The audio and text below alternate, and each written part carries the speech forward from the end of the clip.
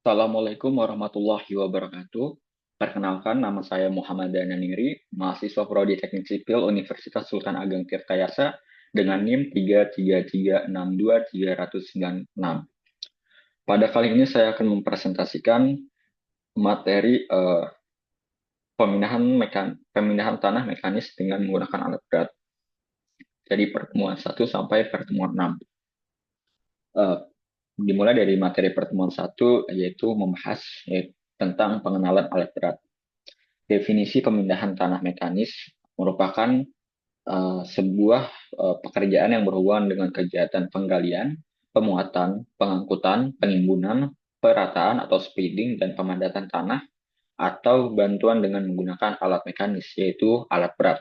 Alat berat diklasifikasikan menjadi dua faktor, yaitu berdasarkan fungsional alat berat dan berdasarkan klasifikasi operasionalnya. Jika berdasarkan fungsional alat berat, terbagi ke dalam 7 jenis, yaitu alat pengelola lahan seperti dozer dan scraper, kemudian alat penggali front shovel backhoe, dan juga alat pengangkut material seperti dump truck, dan alat pemindah material seperti loader dan dozer, dan alat pemadatan seperti tapping roller.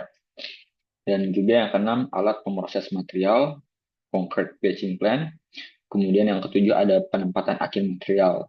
Dan berdasarkan klasifikasi operasionalnya terbagi dalam 2 jenis, yaitu alat dengan penggerak dan juga alat statis.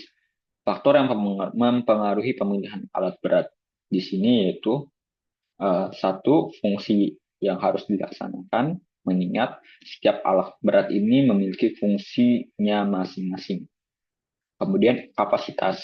Nah, beda alat berat juga dia memiliki kapasitas atau daya angkut yang berbeda-beda. Kemudian cara operasional, seperti kita tahu, dozer dengan dump truck itu memiliki cara operasi yang berbeda-beda. Kemudian pembatasan dari metode yang digunakan. Kemudian selanjutnya ada faktor ekonomis, di mana dalam memilih alat berat atau uh, menyewa alat berat ini kita harus mempertimbangkan harganya. Kemudian jenis dan lokasi proyek, mengingat setiap proyek ini memiliki kondisi yang berbeda-beda. Kemudian jenis dan daya dukung tanah, serta kondisi lapangan.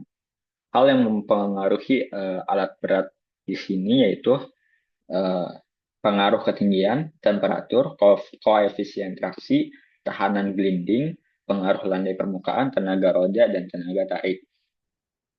Lanjut ke pertemuan kedua, yaitu membahas fungsi dan produktivitas alat busur. Pada suatu konstruksi, penggunaan alat berat yang kurang tepat dengan kondisi situasi dan lapangan dapat menyebabkan berbagai macam kerugian. Di antaranya produksi yang rendah, tidak tercapainya jadwal atau target yang telah ditentukan, ataupun bahkan bisa menimbulkan kerugian seperti biaya perbaikan atau maintenance dari si alat berat ini. Jenis-jenis alat busur ada 3 jenis, yaitu seperti traktor, bulldozer, dan scraper. Traktor di sini yang merupakan alat yang mengubah tenaga mesin menjadi tenaga gerak atau mekanik. Penggunaan traktor sebagai alat penggunaan traktor adalah sebagai alat penggerak bagi alat berat lainnya, misal untuk menarik, mendorong, serta sebagai tempat dudukan alat lain dan sebagainya. Namun dapat juga digunakan untuk keperluan yang lain.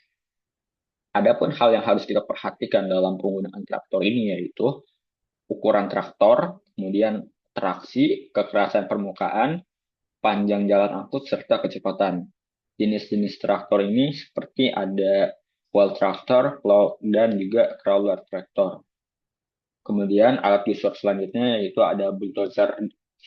Uh, Mungkin hampir mirip dengan traktor fungsinya, akan tetapi di sini yang membedakan antara traktor dan bulldozer yaitu terletak pada bannya, di mana kita tahu kalau traktor ini menggunakan uh, roda berbentuk rantai, sedangkan bulldozer ini menggunakan roda ban.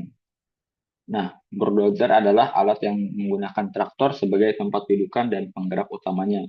Jadi berupa attachment, macam dan tipe bulldozer dibedakan menjadi beberapa jenis tergantung dari alat geraknya, kendali alat gerak, dan macam-macam pisaunya atau blade. Contohnya seperti well mounted, crawler mounted, kabel mounted, dan hydraulic mounted, maaf, hydraulic controlled. Nah, bulldozer ini biasa digunakan untuk pembersihan lapangan pekerjaan dari pepohonan, kayu-kayu, dan bonggol-bonggol pohon. Kemudian ada alat selanjutnya yaitu scraper. Scraper ini merupakan alat berat yang digunakan untuk mengeruk, mengangkut, memindahkan material yang dilakukan menggunakan ban.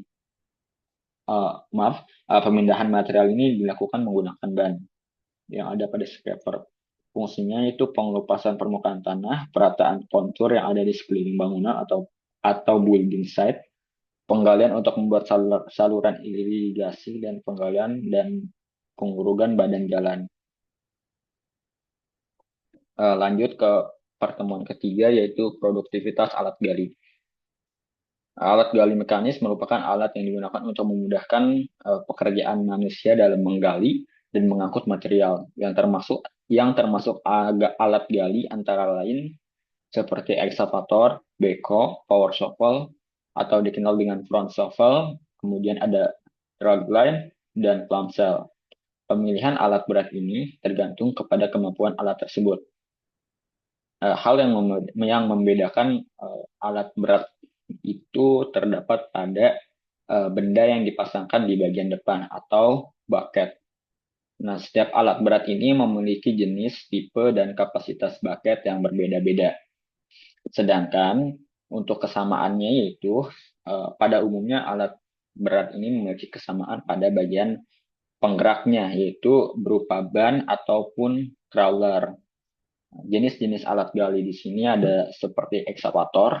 Nah, ekskavator ini merupakan alat berat yang digunakan untuk memindahkan material, bertujuan untuk membantu pekerjaan yang sulit agar menjadi lebih ringan dan dapat mempercepat waktu. Alat ini bekerja dengan berputar pada bagian tengahnya yang dapat memudahkan mobilitas dari si ekskavator ini dalam menggali dan memuat ke dump truck. Kemudian selanjutnya ada power shovel. Power shovel ini di lapangan digunakan untuk menggali tebing atau tebing yang letaknya lebih tinggi dari tempat kedudukan si alat. Jenis shovel ini ada shovel dengan kendali kabel atau kabel controlled, kemudian ada shovel dengan kendali hidrolis atau hydraulic controlled. Nah, sedangkan fungsinya itu uh, ada 4 yaitu menggali lereng, menggali secara mendatar untuk meratakan, memuat atau loading ke alat angkut, dan juga untuk membuang tanah. Kemudian selanjutnya ada dragline. Dragline ini adalah alat untuk menggali tanah dan memuatkan pada alat angkut, seperti truk, traktor, penarik gerobak, dump truck, dan lain sebagainya. Pada umumnya, power shovel memiliki kapasitas 2,5 CUYD yang merupakan kapasitas bucketnya dan juga dapat diubah menjadi dragline dengan melepas bom dan shovel diganti bom dan bucket dragline. Penggalian dimulai dengan mengalirkan bucket kosong ke posisi menggali sambil mengendurkan drag kabel dan hoist kabel agar bucket jatuh tegak lurus. Setelah mencapai tanah, drag kabel ditarik dan hoist kabel diatur agar bucket mengikuti permukaan galian. Faktor yang mempengaruhi produktivitasnya seperti jenis tanah yang digali, dalamnya galian, sudut swing, ukuran bucket, dan panjang bom, serta keadaan medan dan tempat kerja. Lanjut pertemuan keempat, yaitu produktivitas grader dan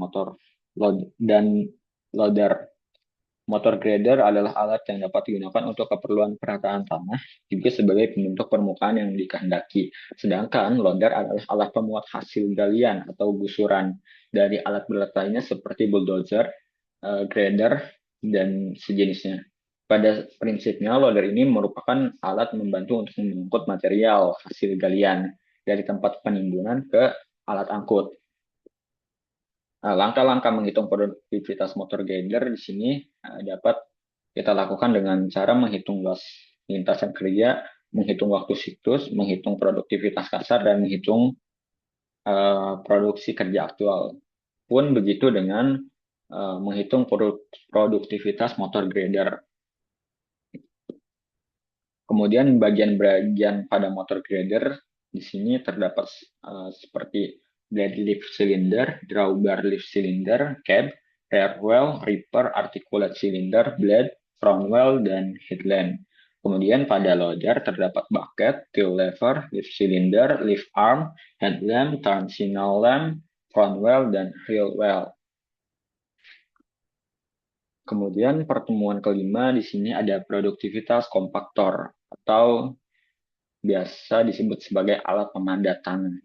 Alat kompaktor ini biasa digunakan untuk memadatkan tanah yang merupakan upaya untuk mengatur kembali susunan butiran tanah agar menjadi lebih rapat sehingga tanah menjadi lebih padat.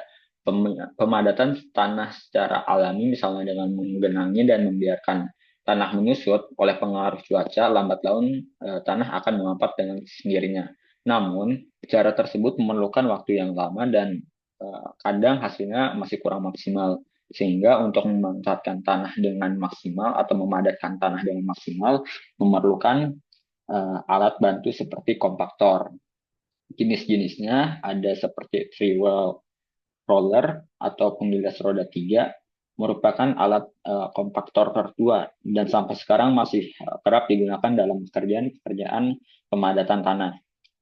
Three wheel roller ini digunakan untuk usaha-usaha pemampatan lapisan yang terdiri dari bahan-bahan yang berbutir kasar.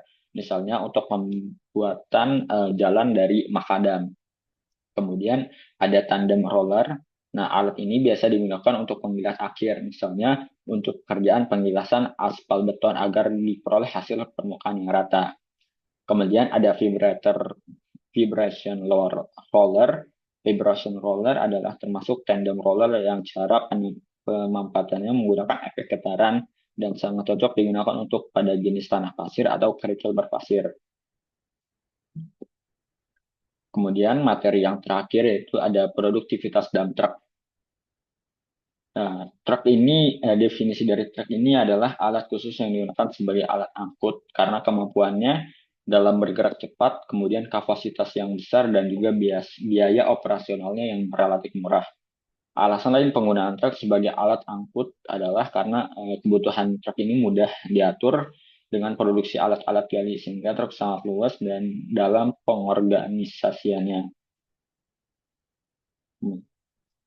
Kemudian adapun syarat-syarat yang harus dipenuhi dalam penggunaan truk yaitu adanya jalan angkut yang rata dan cukup kuat atau keras mengingat truk ini sekali dia memuat atau memindahkan material memiliki bobot yang besar. Kemudian khusus untuk jalan angkut yang kurang baik dapat menggunakan truk yang disebut dengan cross country ability yang harga dan biaya operasinya lebih tinggi daripada truk biasa. Nah, apa sih yang membedakan antara truk dengan dump truck? Di sini perbedaannya terdapat pada ukuran dan bahan bakar yang digunakan, kemudian banyak gigi atau persneling dan juga banyaknya roda gerak. Kemudian susunan roda-roda dan banyaknya 4 sumbu gandar dan juga kemampuan angkut dalam ton dan yang paling menonjol di sini yaitu cara membuang muatan atau dumping. Misal seperti kita tahu kalau dump truck ini dia bisa dumping atau mengeluarkan material dengan uh, menaikkan uh, si bucketnya atau si wadah truknya ini ke belakang ataupun ke samping. Sedangkan kalau truk dia nggak bisa. Kemudian jenis dump truck berdasarkan arah tumpahan dan muatannya terbagi dalam 3 jenis, yaitu rear dump truck yang membuang muatan ke belakang, kemudian seat dump truck yang membuang muatan ke samping, dan juga bottom dump truck yang membuang muatan melalui bawah bak. Nah, truk yang besar dan truk yang kecil ini memiliki kelebihan dan kekurangannya masing-masing. Adapun kelebihan dari truk besar yaitu jumlahnya sedikit sehingga biaya investasi dan pemeliharaannya kecil, kemudian pengemudi atau operator sedikit, dan juga memperkecil frekuensi menunggu pada tempat penggalian atau pemuatan material. Nah, kekurangannya itu biaya angkutnya yang besar, kemudian muatan yang besar yang dapat menyebabkan jalan yang digunakan ini cepat rusak atau jalan angkut ini rusak. Kemudian suku cadang yang mungkin sudah tidak dapatkan di pasaran. Sedangkan pada truk kecil ini memiliki kelebihan dia lebih fleksibel atau luas dalam jarak angkut dekat maupun dalam jarak angkut dekat dan mudah mengemudikannya. Nah, kemudian kecepatannya tinggi dan ketiga yaitu berkurangnya produksi tidak begitu terasa bila salah satu truk ada yang mogok ataupun rusak. Jadi apabila kita menggunakan dump truck, ketika dump truck itu mogok di tengah jalan ataupun pada saat perjalanan itu dapat menimbulkan kerugian yang cukup besar. Sedangkan si truk kecil ini tidak terlalu berpengaruh. Adapun kekurangannya itu alat gali sulit mengisi muatan dikarenakan kapasitas bak dari si truk kecil ini relatif kecil dan lebih kecil daripada si bucket alat yang memuat atau yang hendak memuatkan material. Kemudian waktu hilang lebih banyak karena banyak truk yang digunakan dan menimbulkan bahaya yang besar bila truk banyak menunggu di tempat gali dan jalan angkut untuk menunggu giliran. Sekian presentasi dari saya. Mohon maaf bila ada kekurangan. Bila taufiq wal hidayah. Assalamualaikum warahmatullahi wabarakatuh.